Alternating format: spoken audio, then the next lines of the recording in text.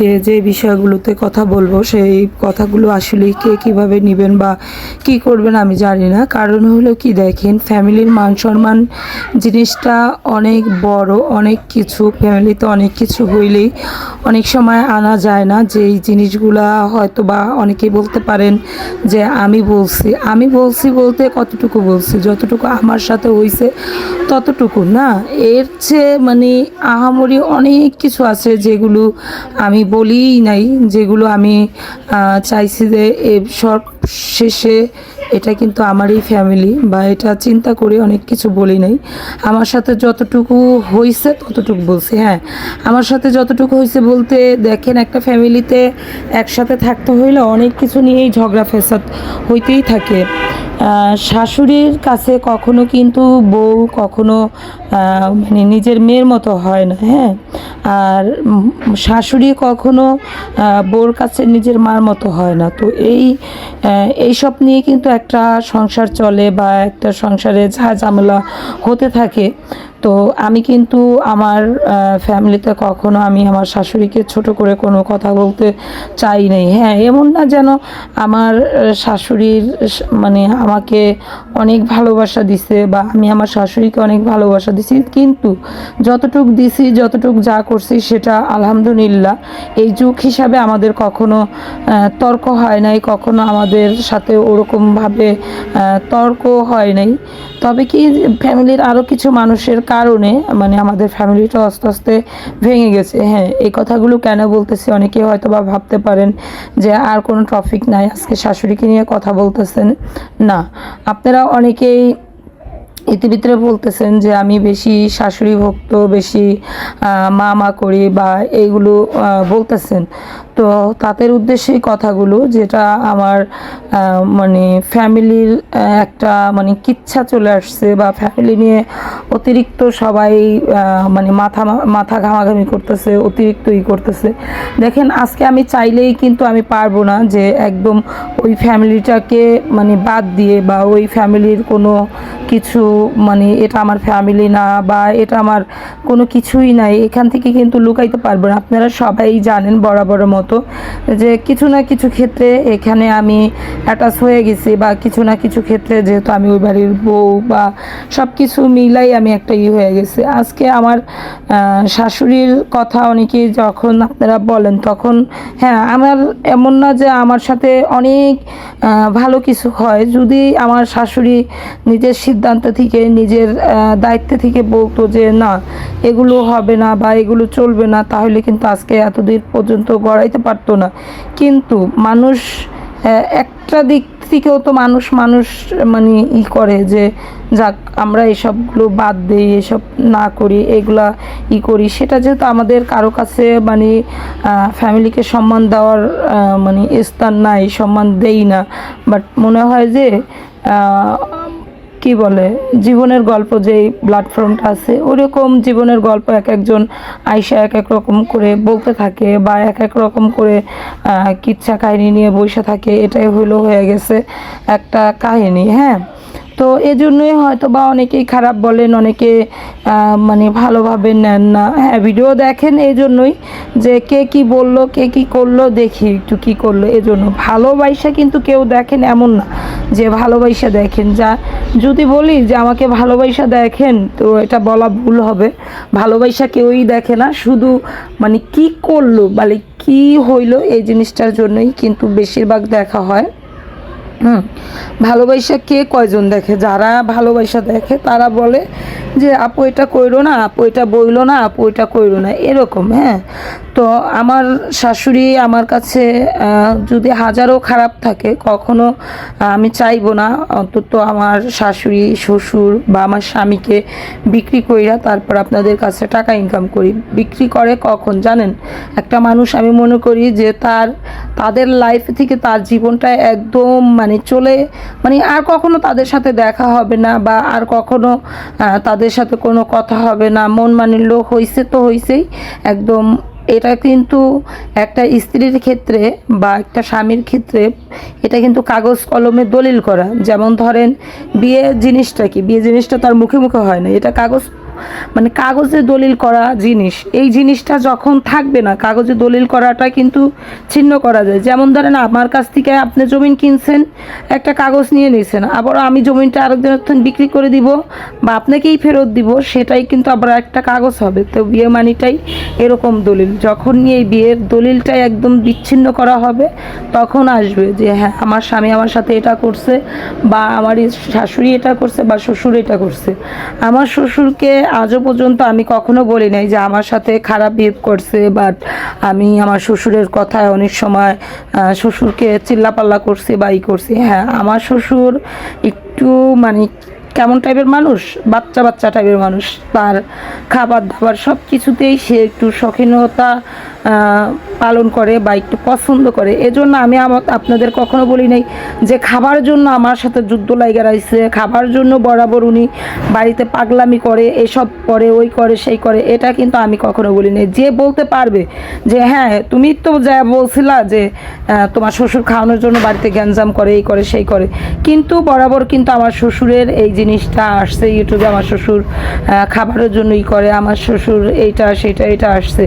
কিন্তু দেখেন আজকে আমার এরকম মনে হয় যে আমার ফ্যামিলি বলতে কোনো কিছু রইলো না। একটা ফ্যামিলির যে মান সম্মান, সেই মান সম্মানটা বলতে কোনো কিছুই রইলো না। এজন্য মনটা চায় একদম অনেক দূরে চলে যাইতে পারতাম ছেলে মেয়েকে নিয়ে, মানে সংসারটা এমন একটা অচেনা জায়গায় যায় করতাম যে জায়গাটায় কোনো মানুষ চিনবে না, কোনো কিছু করবে না। কিন্তু আবার এক দিক থেকে না ফেরত আসি যে না, কেন চিনবে না? যেভাবে নি সোশ্যাল মিডিয়াতে মনে করেন যে ঢুকছি, হ্যাঁ, যেভাবে মানুষ চিনে, এমন কোনো জায়গায় নাই যে না চিনে। সেই জায়গায় গেলেও তো চিনবে, অমুক না তমুক। একদিন 2 দিন 3 দিন করতে করতে কয়েক বছরের ভিতরে মানুষ খুব ভালো করে চিনে ফেলবে বা চিনবে।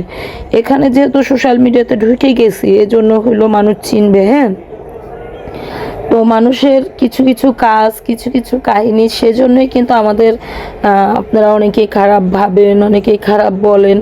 তো করার আর কিছু নেই ভাই। এখানে সবাই হইলো টাকার মুখ চিনানো হইছে। টাকার মুখ চেনার কারণে ফ্যামিলিকে একদম নিচে নামানোর জন্য মানুষ ভাবে না যে নিচে নাইমা দিতেছে, বলে যে আমার জীবন কাহিনী। আমিই ধরেন আমার দিয়ে বুঝাই যে জীবন কাহিনী বলছি, কালকে সকালবেলা দেখবো 500 টাকা আসছে, কি হয়েছে? মানুষের জীবন নিয়েই তো চলা, এরকম সবাই চালাইতেছে, চলতেছে। হ্যাঁ, আপনারা যারা আমার শাশুড়িকে মানে বলেন যে আমি বেশি বেশি মা করি, এগুলো যেন না করি, বা এইসব থেকে যেন দূরে থাকি, দেখেন বাঁচবো আর কয়দিন, কয়েকটাই দিনই তো বাঁচবো। তো যেটা যার সম্পর্ক হয়, সেই সম্পর্কটা জিনিসটাকে মানুষ ভাবে না, বা মানুষ দূরে দূরে থাকে, এই জিনিসটা করে না।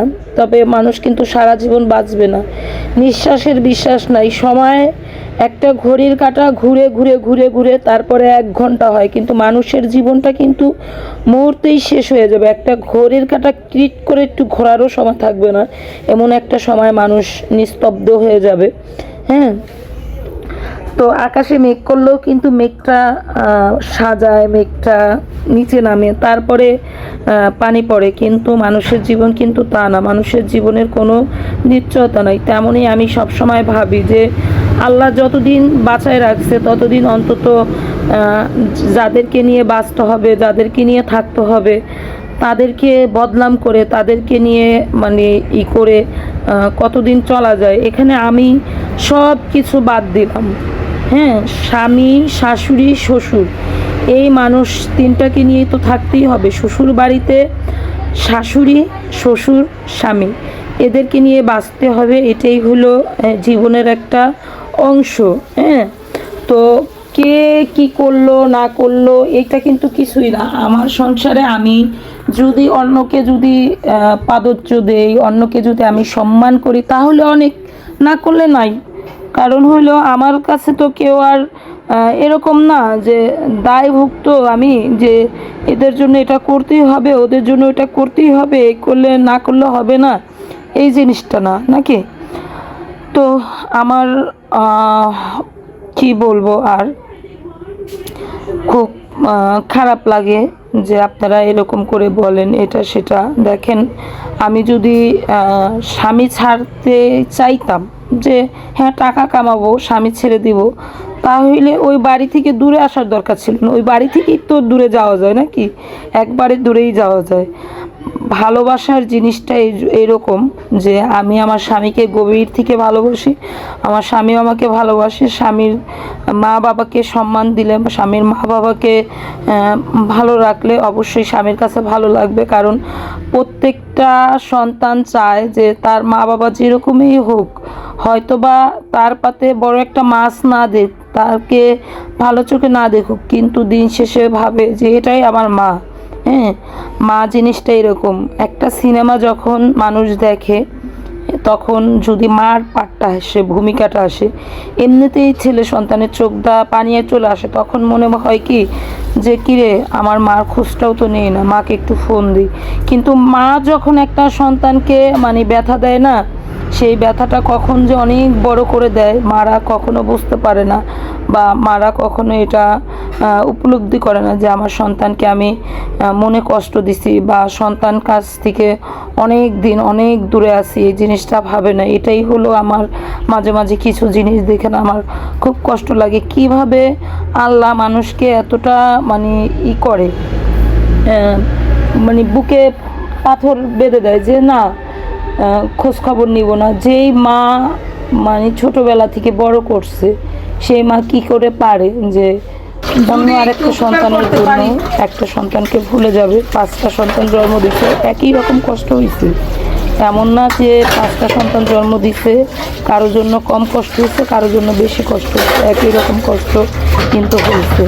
তবে মানুষ কিভাবে যেন ভুলা যায়, মানে ভালোবাসার জিনিসটা এরকম, আজকে যে আমার জন্য করবে, কালকে আমি তার জন্যই কথা বলবো, করলো না তার জন্য কথা বলবো না, এরকম একটা বিষয় হয়ে গেছে। বরাবর সবার জিনিসগুলো হয়ে গেছে। তো যাই হোক, যে যেখান থেকে আমার এই ব্লগটা দেখছেন সবাইকে অসংখ্য ধন্যবাদ। সবাই ভালো থাকবেন, সুস্থ থাকবেন। আর আমার এই ব্লগটা যদি ভালো লেগে থাকে অবশ্যই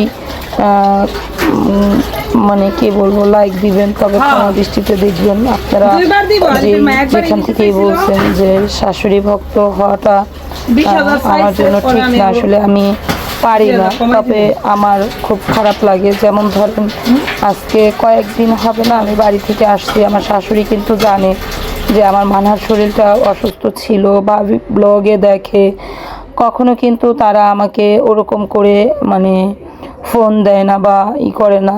আমি এই জিনিসটাই করি যে আমার কাছে তাদের লাইফ যেমন একটা ভালোবাসা সৃষ্টি হয়েছে, হয়তো বা আমি সেই ভালোবাসাটা তাদের কাছ থেকে অর্জন করতে পারি নাই, বা এই জন্যই আমাকে ফোন দেয় নাই বা কোনো কিছু করে নাই। এই যে আমার শ্বশুরকে অনেক দিন হইলো চিকিৎসা করে দিলাম, তারপর থেকে কোনো খোঁজ খবর নাই, যোগাযোগ নাই, কেমন হইলো কি হইলো না হইলো কোনো খবর, মানে যোগাযোগ রাখতে পারলাম না, কোনো খবর জানি না। হ্যাঁ, কোনো খবর জানি না। মানুষের জীবনটা এরকমই। কিন্তু নিজের বাবা মা হইলে কিন্তু কখনো এটা করতে পারতো না। ছেলে সন্তান যদি হাজারো অন্যায় করে, তারপরও অন্তত 2-4-10 দিন যদি মানে কি বলে 2-4-10 দিন দেখে, তারপরে কিন্তু একদিন অবশ্যই যোগাযোগ হয়, অনেক অবশ্যই কথা হয়। তো যাই হোক, যেখান থেকেই দেখছেন তাদেরকে নিয়ে কোনো কথা বলবেন না, বাট তাদেরকে যতটুকু দেখি, এই যে দেখেন আছি, বাড়িতে আছি, নিজের মতো খাচ্ছি, নিজের মতো করছি, এমন না যে তাদের জন্য আহামরি কিছু টাকা খরচ করতেছি, তাদের জন্য কিছু করতেছি। যতটুকু কাছে ছিলাম, যতটুকু করছি, ততটুকুই মানে করা হয়েছে, এখন করি না। তো এখন তো আর তারা আমার থেকে কোনো কিছু হাইসা কায়রা নেওয়া যায় না নাকি। তো ঠিক আছে, চলেন ব্লগটা দেখতে থাকুন।